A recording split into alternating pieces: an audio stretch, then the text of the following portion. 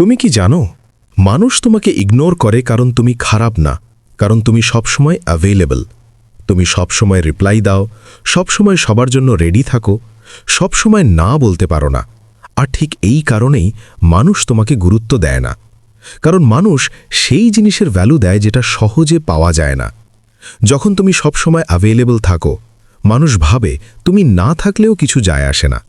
কিন্তু যেদিন তুমি নিজের টাইমের ভ্যালু দিতে শিখবে, নিজের কাজ, নিজের লক্ষ্য, নিজের ফিউচারকে প্রায়োরিটি দিবে, সেদিন মানুষ তোমাকে নতুন চোখে দেখবে। মনে রেখো, সবাইকে টাইম দিতে গিয়ে নিজের জীবন নষ্ট করো না।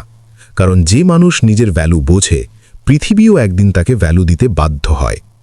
যদি তুমি চাও মানুষ তোমাকে রেসপেক্ট করুক, তাহলে এখনই সাবস্ক্রাইব করো মোটিভেশন উইথ জাহাঙ্গীর। কারণ পরের ভিডিওতে আমি দেখাবো কেন ভালো মানুষদেরই সবচেয়ে বেশি কষ্ট পেতে হয়।